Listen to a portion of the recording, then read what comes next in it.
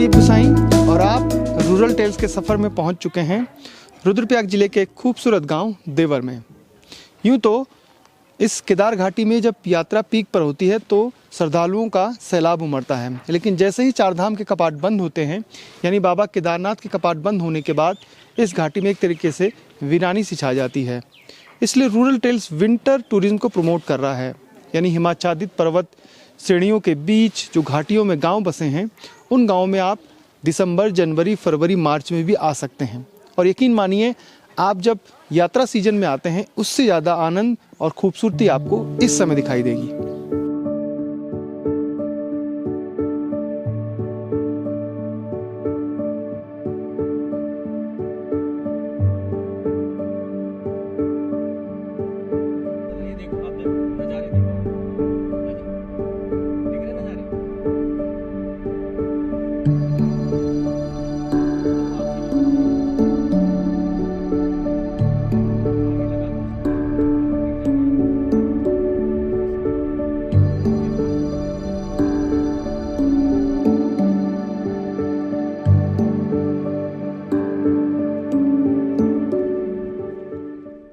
तो हमारा गांव उत्तराखंड के रुद्रप्रयाग डिस्ट्रिक्ट में आता है।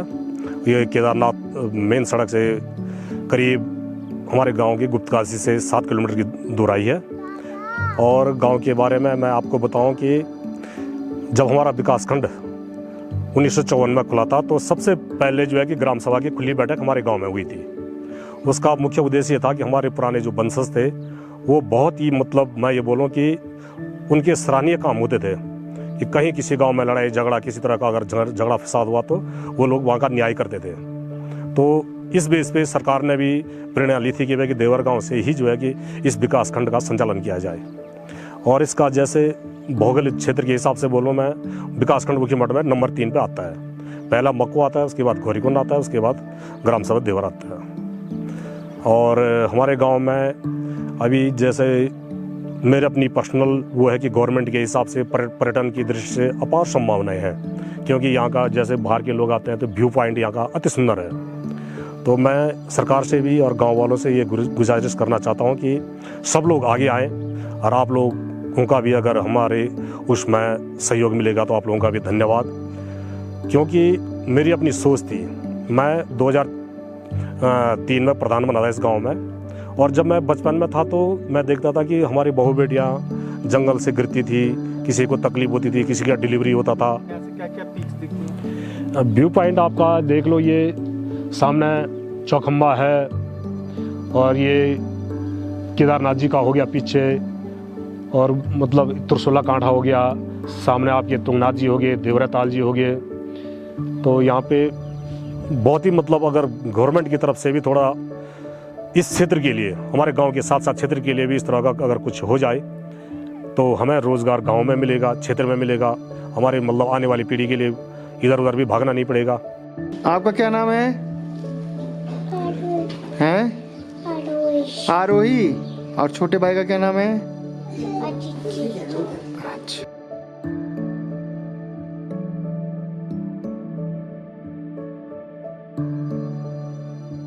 फिलहाल तो दिक्कत तो नहीं है, पर जरा पानी की दिक्कत है गर्मियों में। हाँ। गर्मियों में अच्छा, पानी कहाँ से आता है? आप पानी कम से कम 15-20 किलोमीटर से, जो गर्मियों में जो पहले के पाइप लगे हैं वो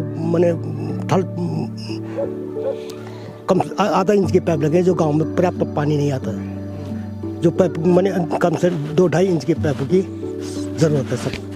और आपके यहाँ चक्रव्यूह, कमल व्यू कब होते हैं? चक्रव्यूह, कमल व्यू हमारे ये ठंडियों के टाइम में पांडव नृत्य भी होते हैं। गाँव तो काफी, हाँ गाँव।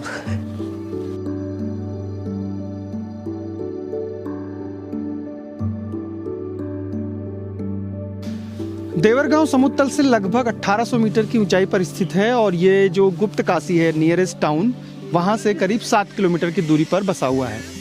ये गांव से जो हिमालय का व्यू है, ऐसे बहुत कम गांव हैं पूरे केदार घाटी में जितना अच्छा व्यू यहाँ से दिखता है।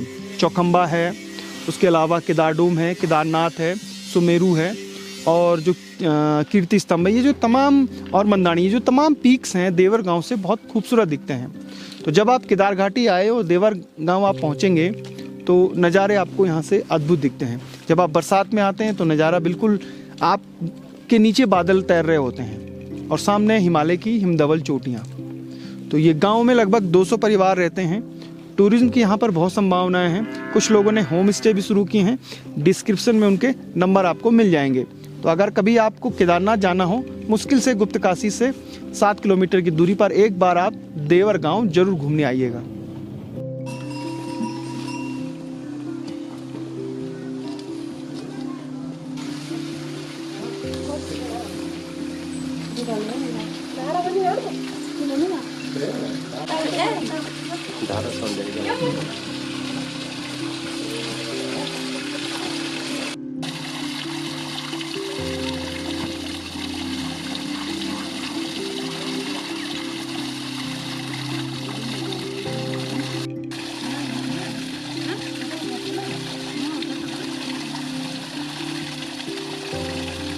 जब कंटेंट पे इतना काम करने के बाद भी मनचाहे व्यूज और सब्सक्राइब नहीं मिलते हैं तो थोड़ी सी निराशा ज़रूर होती है। लेकिन यकीन मानिए कि मुझे निराशा नहीं होती है। कुछ समय ज़रूर मैं उदास ज़रूर होता हूँ, लेकिन फिर आपके जो उत्साह हैं, वो जो मैसेज आते हैं कि चिंता मत करिएगा, एक दिन आप भी जो रूरल टेल्स के जो पूरा कारवां है या जो परिवार है बहुत बुलंदियों तक पहुँचेगा। 250 से ज़्यादा वीडियो बनाने के बाद भी हम लगातार अपने कंटेंट पे लगातार सुधार कर रहे हैं। यानी जो कल्चर है, यहाँ का जो फूड है, यहाँ की जो परंपराएं हैं, जो तीर्थ हैं, जो हमारा इतिहास है, उस पर काम हो रहा है।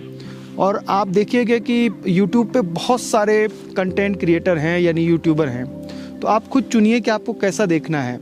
डेली ब्लॉगिंग मैं भी कर सकता हूँ। देहरादून में मैं रहता हूँ, गांव की तरफ जाता हूँ, रोज़ कुछ ना कुछ आपको दिखा सकता हूँ कि आज मैं उठा और आज मैं अपने बाल बनाने चला गया, आज मैं उठा, आज मैं बाइक अपनी सर्विस कराने चला गया, आज हमने घर में ये बनाया है, या आज हम कपड़े खरीदने जा रहे हैं। तो ये इन्फॉर्मेटिव तो नहीं होते हैं, हाँ मनोरंजन ज़रूर कुछ लोगों का होता है। और कभी कभी निराशा इसलिए भी होती है कि ये जो व्यूज़ हैं वो लाखों में चले जाते हैं और हम लगातार कंटेंट पे काम कर रहे हैं और हमारे व्यूज़ को वो टारगेट ऑडियंस नहीं मिल पाती। लेकिन फिर जब आप लोगों के मैसेज आते हैं तो जो आपका स्नेह है और आपके कॉल के बाद फिर से हमारा उत्साह बढ़ जाता है। और यकीन मानिए रूरल टेल्स कभी भी आपको ऐसे वीडियो नहीं दिखाएगा जो सामान्य वीडियो हैं। हमारे वीडियो देखने के बाद आपकी जानकारी बढ़ेगी, उत्तराखंड के पहाड़ों को लेकर आपका नज़रिया बदलेगा। और हम चाहेंगे कि रूरल टेल एक मुहिम में है ताकि पहाड़ों की संस्कृति को बचाया जा सके और यहाँ के जो गांव हैं उनको प्रमोट किया जा सके ताकि इन गांव में भी टूरिस्ट फ्लो बढ़े। जैसे ये गांव है देवर गांव।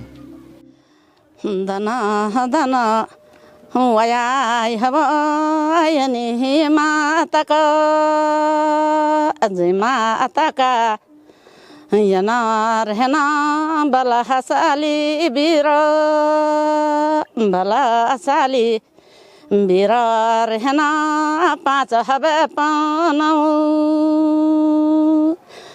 5 हबे पानौ रहना ते महाकाश पुता जो माता चाहिए हना से कुंती माता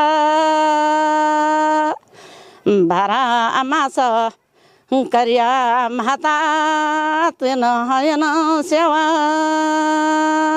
तब अपन तुन माता सेवा हना का मेवा सेवा अना का मेवा पहना 5 हबे पानौ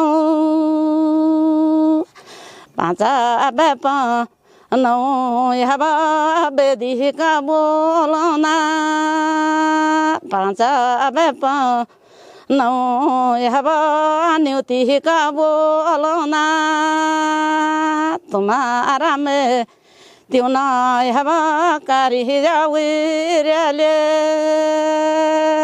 कारी जावे रेले हबा जगी ना ठहरले 5 हबे पानौ की नौकी से जो हता जले चोला अंगणी चौकाया से जो होता जले पहाड़ा में त्यों को तहना बंग हसा बड़ोना मैं त्यों को का रिया सुपहाला कना चुलांगणी चौका तोना मना हणा वीरले कि अणा पड़लो यावा चुलांगणी चौका चुलांगणी चौका यावा मैं त्यों को मनाना बासा बासा म्यालुड़ी मेरा में तका दियोस ने बासा म्यालुड़ी से सोरा मूलक से सोरा मूलक दया निधरमा से सोरा मूलक दया निधरमा निवास म्यालुड़ी निर्दया धरती निवास म्यालुड़ी निर्दया धरती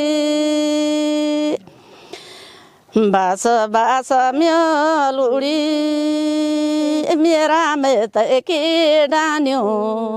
जो लोकगीत है या जो पांडवली थी या फिर खुदेड़ी आपके समझ में नहीं आया होगा तो समझते हैं। और आप नो क्या छो?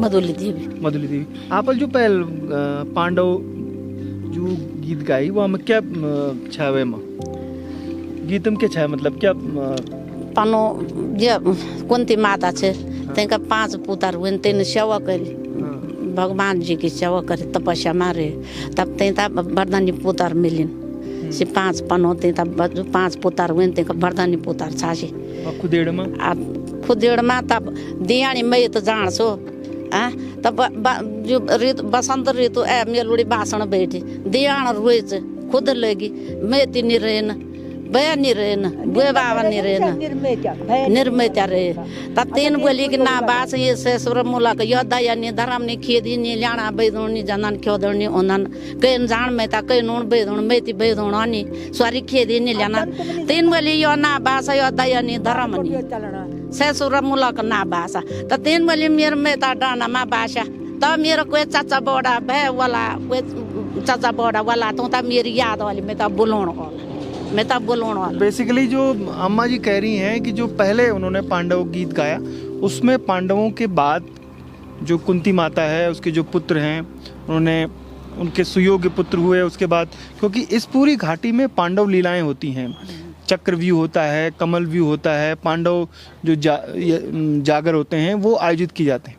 दूसरा एक खुदेड़ गीत है तो उस खुदेड़ गीत में कहा गया है कि जो बेटियां होती हैं जब वो मायके के लिए उनकी खुद लगती है तो बसंत ऋतु में जब जो फुगती बसत मिलोड़ी बसत तो याद आन्वित है उसको याद आती है बसंत ऋतु आने वाली है 15 फरवरी से फिर बसंत। वर्ष 2000 में जब उत्तराखंड राज्य बना था तो शायद ही उसके बाद इस गांव से पलायन हुआ था। जो लोग नौकरी पेशे वाले भी हैं उनके परिवार वाले भी अभी गांव में ही रहते हैं। इसके अलावा गांव के 60% परिवार के कई सारे लोग जो अभी भारतीय सेना में मौजूदा स्थिति में कई सारे पदों पे कार्यान्वित हैं। 1999 में इस गांव से ही गोविंद सिंह राणा जी अपने देश सेवा में कार्य करते हुए जो कारगिल युद्ध हुआ था उसमें अपने प्राणों को न्यौछावर किया था।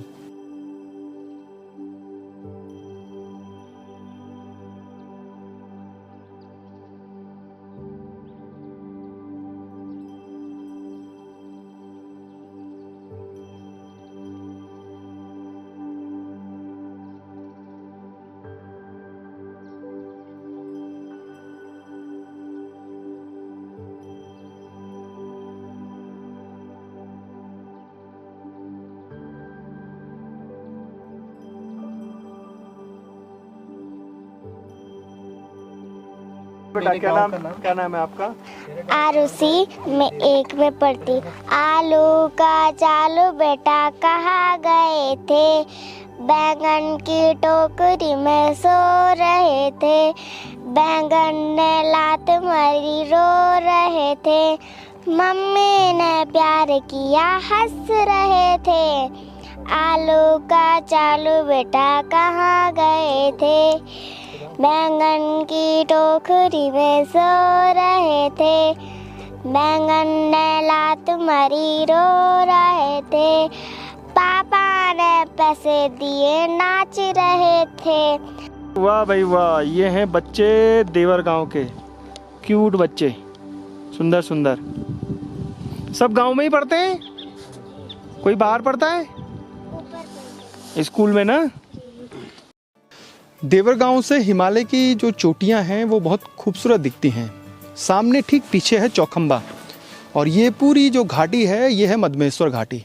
चौखंबा से जब हम आगे की तरफ बढ़ते हैं तो हम जो मंदानी जो पीक है वो दिखाई देती है, और उसके बाद फिर खर्च कुंड है, फिर आगे बढ़ते हैं तो सुमेरु, केदारडोम, केदारनाथ, भरतकुंडा, कीर्ति स्तंभ। तो ये जो पीक्स हैं वो बहुत सामने दिखते हैं, ऐसा लगता है कि आप हाथ बढ़ाएंगे और इन पीक्स को छू लेंगे। और सबसे अच्छा समय जो इन पीक्स को देखने का है वो है दिसंबर से मार्च तक, क्योंकि उसके बाद क्लाउड जो हैं वो आते रहते हैं, और मई जून में तो बहुत मुश्किल हो जाता है यहाँ पे पीक्स को देखना। कभी कभी मौसम साफ़ होगा तो दिख जाएगा, लेकिन सबसे अच्छा समय जो है वो दिसंबर, जनवरी, फरवरी और मार्च है।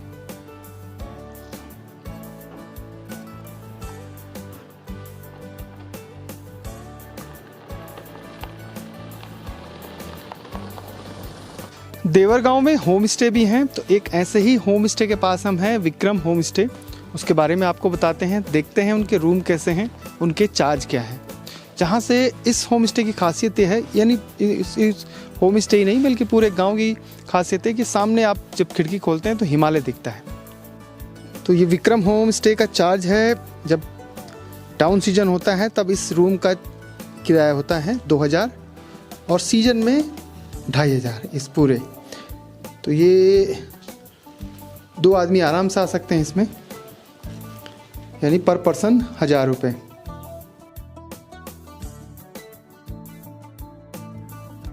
और हम लोग 8 जन का एक ग्रुप है जहाँ पे यहाँ पे उत्तराखंड घूमने के लिए आए हैं। देखो ये क्या परफेक्ट टाइम है हिमालय को देखने का, बिल्कुल करीब से। प्रैक्टिकली तो ये परफेक्ट टाइम है ही, थोड़ा इससे भी आप एक आध 10 एक दिन आगे पीछे भी आएंगे तो बेटर ही है, क्योंकि अभी तो आपको स्नोफॉल और सब जगह पे मिलेगा भी, और लकीली हमको कहीं पे कभी कुछ ट्रैफिक और कुछ मिला नहीं है, तो परफेक्ट टाइम तो यही बोल सकते हैं हम। मतलब क्राउड भी नहीं होता और सीनिक ब्यूटी भी मिलता है, क्राउड भी नहीं होता है। प्लस अभी हम लोग सब लोग का रिसेंटली मैरिज हुआ है, तो कोई किड्स भी नहीं है, तो वैकेशन का भी कोई टेंशन नहीं है, तो हम लोग निकल सकते हैं टाइम पे। हाँ, कहाँ जाएंगे? अभी हम लोग हम लोग आए थे देहरादून से हम लोग गए श्रीनगर से अभी हम यहाँ पे चौपटा आए हैं। चौपटा हम लोग यहाँ पे 2 दिन का स्टे है। उसके बाद हम लोग जा रहे हैं जोशीमठ से औली जा रहे हैं, 2 दिन वहाँ पे है औली। उसके बाद ऋषिकेश जा रहे हैं, वहाँ पे राफ्टिंग और वो सब करके बाद में नेक्स्ट डे रिटर्न हो रहे हैं।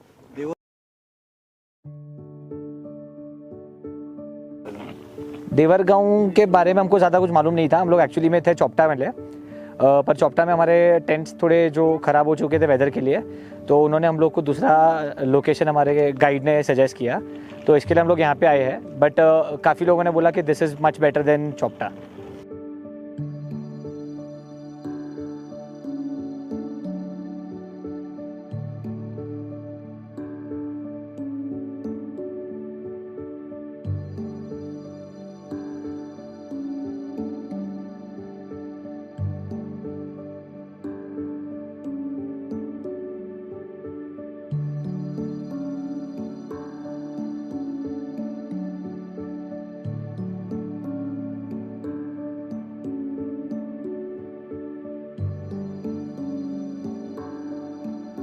ट्रिप पर फर्स्ट टाइम मैं ऐसा पहाड़ देख रही हूँ जहाँ पे स्नो है। मैंने कभी स्नोफॉल नहीं देखा, पर यहाँ पे लिटरली ऐसा लग रहा है कि नहीं, देखने जैसा है। हमारे यहाँ तो ऐसा दिखने नहीं मिलता है, पर ये जो वर्डिंग्स नहीं है उसके लिए कि ये देख के मैं लिटरली उनको भी मैंने बोला कि मैं शॉक हूँ, अभी भी मुझे दिख रहा है कि नहीं दिख रहा है पता नहीं, अभी जब हाथ में आएगा तब मुझे पता चलेगा कि हाँ नहीं मैंने देखा इसे। तो हाँ बहुत अच्छी जगह है ये, आने का तो है पक्का आने का यहाँ पे।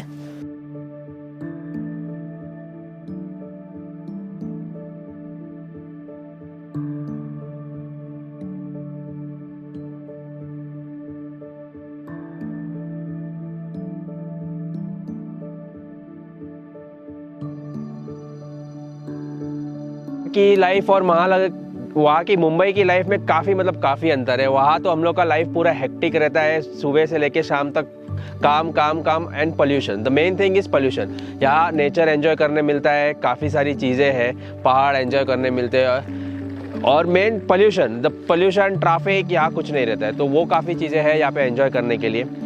वहाँ का डिफरेंस काफ़ी है, मतलब काफ़ी।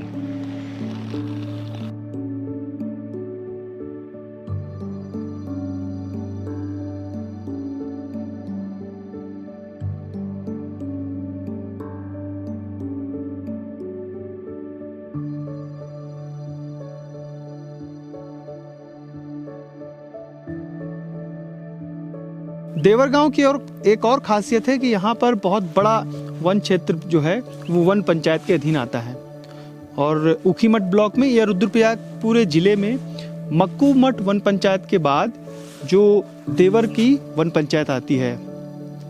गांव वालों ने इस पूरे वन पंचायत को संभाल कर रखा है। बांज, बुरांस, काफल, अति उतीस, इनके जंगलों का जो पानी है वो निचले इलाकों में जाता है। यानी गुप्तकाशी और आसपास के कई गांव हैं जिनका जो वाटर कैचमेंट इलाका है वो यही जो वन पंचायत है देवर की। और इतना अच्छा लगता है ना, जिस गांव के आसपास जंगल हों और विशालकाय जंगल हों, जिनकी अपनी वन पंचायतें हों, तो उनको संभालना गांव वालों की जिम्मेदारी होती है। और देखना, अगर आपको समझना है कि कैसे वन पंचायतों को संभाल कर रखने का काम उत्तराखंड में ग्रामीण इलाके कर रहे हैं, तो देवर गांव आप आ सकते हैं।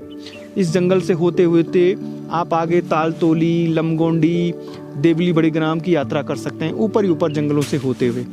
ये सुखद है क्योंकि जब आप ऊपर ऊपर ट्रैवल करेंगे तो आपको जो हिमालय की रेंज है वो भी दिखेगी।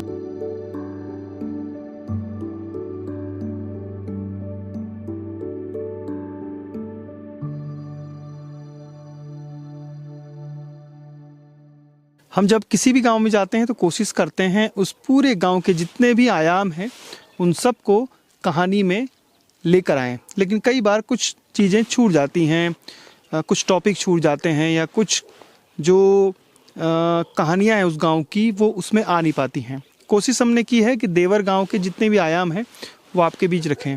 गुप्तकाशी के ठीक ऊपर जो फॉरेस्ट दिखता है वहीं पर देवर गांव है। ये पूरी कहानी आपको कैसी लगी ज़रूर बताइएगा। और जाते जाते आप theRuralTales.in पर भी जा सकते हैं, जो हमारी वेबसाइट है। उसमें भी आपको हिमालय की घाटियों की पूरी कहानियाँ जो खबरों के रूप में मिलेंगी। फिलहाल संदीप गुसाई को इजाज़त दीजिए। केदार घाटी के फिर किसी और गांव से आपके साथ जल्द मिलेंगे। जय नंदा, जय हिमाल।